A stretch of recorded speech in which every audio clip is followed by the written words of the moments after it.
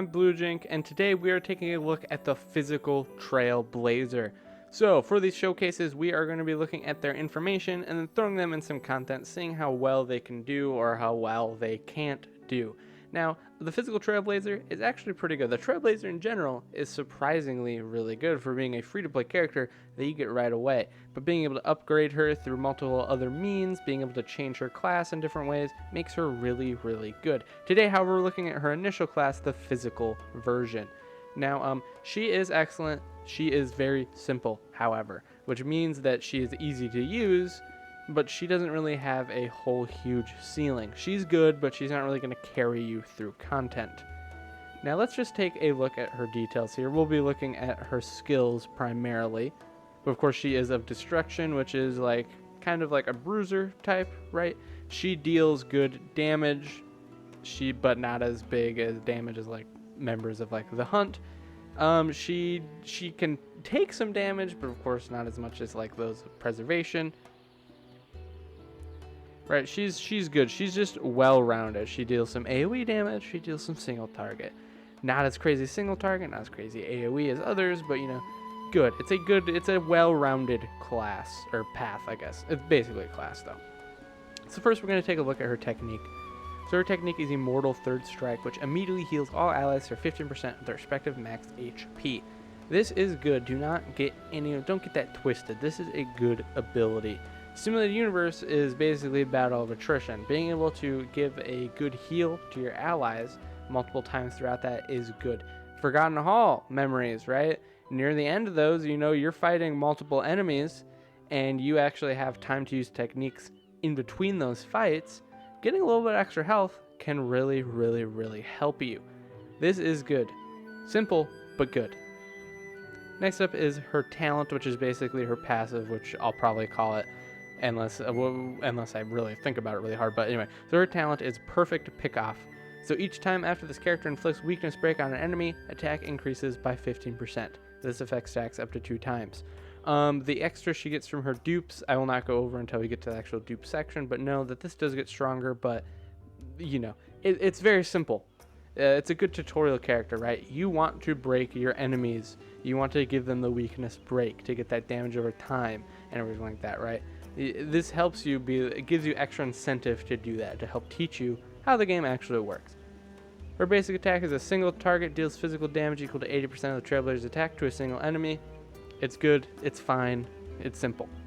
Her skill is an AoE, deals physical damage equal to 93% of the Trailblazer's attack to a single enemy and enemies adjacent to it.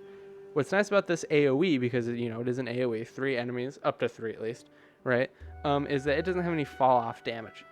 Clara's skill AoE also doesn't have any fall-off damage. With this one specifically, you know, usually AoEs will have like the actual target will take the most damage, and then the enemies on the sides take like a % less, right? But in this case, they all take 93% of your attack, which is really good, to the point where this actually has a higher damage number than the basic attack, meaning even if you're against a single target, this is the better ability to use, you know, as long as you have the skill points for it. It's a good ability.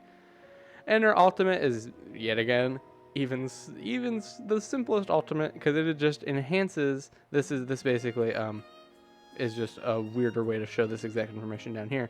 But anyways, it just enhances your basic attack and your skill attack. So the basic attack is now Blowout Farewell Hit, which deals physical damage equal to 375% of the Trailblazer's attack to a single enemy. So really high damage numbers. And then Blowout RIP Home Run is the AoE again.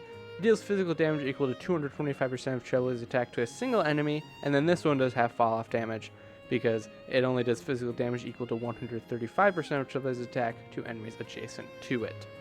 Most cases, like 70% of the time, you want to use the Farewell Hit. This one is obviously very useful if you could break multiple enemies. Or, you know, you got to break one on the side, but you still want to hit the main guy, it's useful. However, primarily you're probably going to use the Farewell Hit. As far as the light cone I have on her, I have on the fall of is it Aeon or Eon? I think it's Aeon. Anyways, on the fall of an Aeon, which is a destruction light cone, which is really good, it gives good things. It is a free-to-play light cone. You could get it in Herta's store in the Simulated Universe. make sure you pick it up for sure.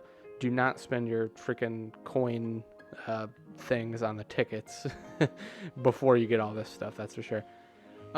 Anyway, so its ability is whenever the wearer attacks, their attack is increased by 8% in this battle, which can stack up to 4 times. All the Trailblazer does attack, that's useful. When the wearer inflicts weakness break on enemies, the wearer's damage increases by 12% for 2 turns. That is word for word pretty much in the passive, other than the point that the passive actually increases by 15%. So it's really synergistic with what you want to have here. Traces we don't need to go over. The relics I have equipped are Champion of the Streetwise Boxing, which is free-to-play relics you could get. I believe it's in Bellabog. You could buy it for Shield. Anyways, the boost it gives is the 2 pieces increases physical damage by 10%. With 4 of them, after the wearer attacks or is hit, their attack increases by 5% for the rest of the battle. This effect can stack up to 5 times. What do you know? That synergizes perfectly with the light cone, which also has attacks increased by 8% up to 4 times. So super useful yet again. For the little middle things, I always forget what they're called. I don't have like the best stuff for them, but for what I have equipped is the ceiling station, increases the wearer's attack by 12%, and when the wearer's speed reaches 120 or higher, the wearer's attack increases by an extra 12%. We're not getting that 120 speed. I believe her speed is like 101 right now. Let me see here. 103. I thought about bringing Asta, but I don't even think she can bring the speed up that high to get us to 120. So we're not getting that extra stuff. For her dupes, 1, a falling star. When an enemies are defeated due to the Trailblazer's ultimate, the Trailblazer regenerates 10 extra energy. This effect can only be triggered once per attack. So she gets a little bit of refund on her energy when using her ultimate as long as you defeat someone. Useful, good, you know, it's extra little bit you get here. All this stuff is free to play. You do extra missions, you could get this stuff. Super simple, make sure you do it. Number 2 is attacking enemies with physical weakness. Restore the Trailblazer's HP equal to 5% of the Trailblazer's attack. Beyond useful, extra survivability. You know, some of these enemies have really strong AoEs, and you know she already has like enough sturdiness, tankiness to take those, but getting a little extra, you know, lifesteal off of that is really useful. 3, yeah, leading whisper is just a level up, so we don't need to go over that. 4, a destructing glance.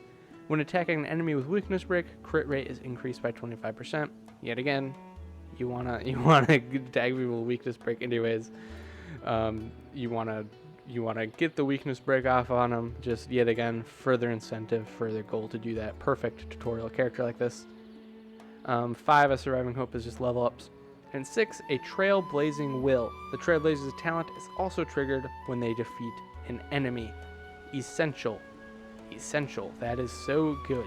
The talent, weakness break, or defeating enemies. Really, really good. Really, just, you know, that talent break is obviously attack increasing, right? Perfect. Wonderful. Great. Keep it up, Trailblazer. Keep it up. Alright, that's all we have to show off here. So we're going to run into some content. I think we're going to do some Forgotten Hall stuff. There's one stage in particular that would be perfect for the Trailblazer here. We're going to show off a couple teams, maybe 1 or 2, maybe 3 teams, showing different ways you could use the physical Trailblazer, and then we'll be done here. Alright, I'll be back with you in just 1 second. Alright, so we're going into Memory Stage 9 here. This one's really good because both of the big bosses are weak to physical. I figured this would be perfect to show off the physical Trailblazer here. Along here, we also have Ting Yun here, who is an excellent supporting unit, giving attack, which of course the physical Trailblazer loves, helping bring out... This was a little bit of a misplay here. Oh, no, that was correct. Sorry, I thought I did the physical Trailblazer there. Anyway, the physical Trailblazer gets extra ultimate cooldown from that, which is obviously super good. Ting Yun is perfect. I also got March 7th to act as a tank because I don't really have any other tank. I figured March 7th could either buff herself or buffing the physical Trailblazer would also be really good, which is exactly what we went for here. As we saw here, we also have Silverwolf, and she got destroyed by that charged up move. I always forget that because it's a counter, if you have your tank hit it, then you can guarantee that the tank will take the damage. That's just a big problem really shows off more about March 7th, about her shield really only drawing like extra aggro, but not being a taunt that makes enemies attack her. It's a big problem. But we end this fight super fast, right? The physical part of that is because Silver Wolf herself is so good at being able to weaken the enemies. But also the physical Trailblazer deals a lot of damage, especially when she's buffed up and she has someone debuffing the enemy. And we also saw in between fights there how useful her technique is, right? Because she's able to heal up Silver Wolf a ton. Right? Like I said, 15% added on is not shabby. That can add up, definitely. It was extremely useful. I misplayed this fight just a little bit. Not right there specifically. But there's just a ton of decisions I could have made that were just better decisions. But everything ends up pretty fine in this fight. We don't get 3 stars, which is fine. I didn't intend on trying to get 3 stars for this fight. This is more just to show off how good the physical Trailblazer can be in this fight specifically. Not only because the enemy is weak to her, but also because they have a lot of allies. And so she's able to deal a lot of damage to the primary enemy and to all of the enemy's allies, right? So her AoE abilities are insane. Also, part of me kind of wanted to record this live, but I figured it'd be better if I just record it here over again. Also, that way I can also reflect on what I'm doing as not necessarily the best here. You know, the physical Trailblazer is really strong. Obviously, her second form with the flame one is just so much better. All right, so here we going on with a new characters here. I decided to go like super offensive build, see how fast we could do it. This ends up not working very well, this first one. So I have, what's his name, Yan Qing here. And I also have Don Hung. Don Hung. Anyways, so this one would have been fine, but for some reason the enemy is just hard to target. Don Hung here, like, he can't do anything. He is getting obliterated. There's like, it's really a lot of March 7th's fault. I could have brought a healer, which maybe I should have done, but the point of it is a physical Trailblazer. The point of this is I could show, if we go full damage, how her damage compares to having 2 other characters that are primary damage dealers. But yeah, this is just the beginning of the end right here, as we're about to see. But it really goes to show how bad March 7th is, actually. Because March 7th, like I said, she only has like aggro increase, not like any type of taunting. So you can't guarantee that the enemy isn't just going to hit your squishier characters, which is what's going to happen. Don here, yeah, just dies. Ouch. Yeah, that was the beginning of the end. So I'm just going to cut to the next fight, because when we lose, because we get to the next fight, but we just get obliterated because, like I said, March 7th cannot keep up. It really is a March 7th problem. Of course, I could have brought debuffers, buffers, healers. I could have brought anything, but that wasn't really the point. I just went in here again with the same team, and it goes so much better. I end up attacking this guy first. Yeah, it goes so much better. It was truly just unlucky. Like, it was just the enemies decided to target just our squishier characters, and they got obliterated. You know, it happens. All right, so this is more so the actual real attempt that we have here. This one goes a lot better. It really just shows that a lot of this damage, I mean, March 7th doesn't really deal any damage. I mean, she has like her counters on shielded units, which really, it's extra. It doesn't really amount to that much. But really goes to show that, you know, full on damage can work. It definitely can. We could have gone even more damage. Like, really, we could have thrown, as far as units I have, like, we could have thrown Clara on here. She has like the type of like aggro, like attack me, not necessarily like you know, just like the percent chance, while also being able to deal a ton of damage and having counters. So that could have been something we did. I was definitely thinking about it, but we didn't end up doing that. We ended up sticking with a team like this, which is really good. We ended up taking this guy out really fast. I might not have had to do that. We took out the other guy faster on the other one. That was partly Silver Wolf. She is really, really, really, really, really good. You know, like I said, all damage can work and do well. You can win, But definitely having these debuffers who could also do damage is better, right? Who knew the premium units you have to summon for are really, really good. But I also didn't want to have too many premium units on the team just because it can lead to being a little unfair, not a super well balanced, like, oh yeah, this is for, I'm doing a showcase for a free-to-play unit, but I'm using all these characters that are like premium. So I think maybe like doing a really good build for fight 1 and then doing the other one with like, yeah, there's like a 5-star unit on there, but they're not like a premium unit, right? Which is like with this Yanqing here.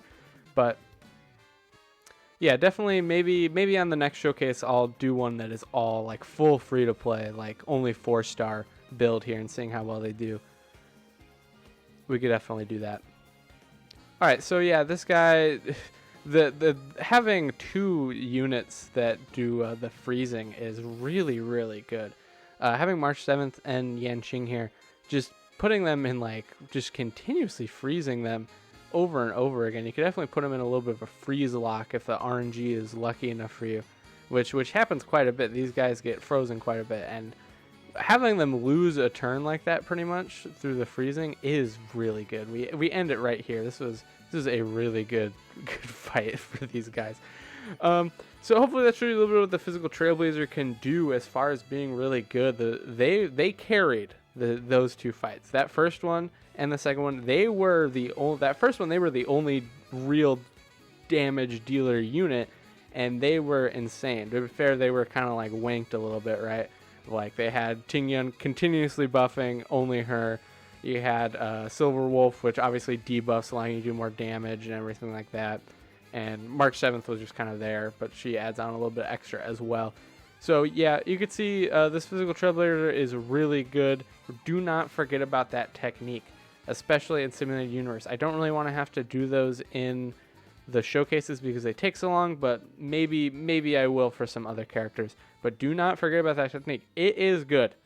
All right, that's all I got for you guys today. I'll see you next time. Bye-bye.